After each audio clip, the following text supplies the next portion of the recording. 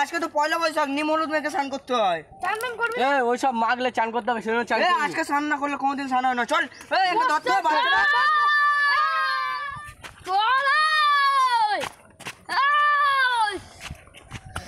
पुष्पाराज बात छोड़ेगा नहीं साला।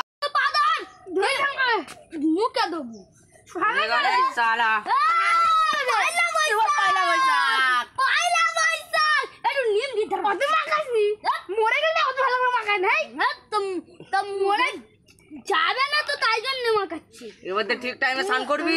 কে মারবো? করবি? গায়ে করব। আজকের ভিডিওটা এই পর্যন্ত। আর সবাইকে শুভ পয়লা বৈশাখ আর শুভ নববর্ষ। ফলো করো, তাড়াতাড়ি ফলো করো।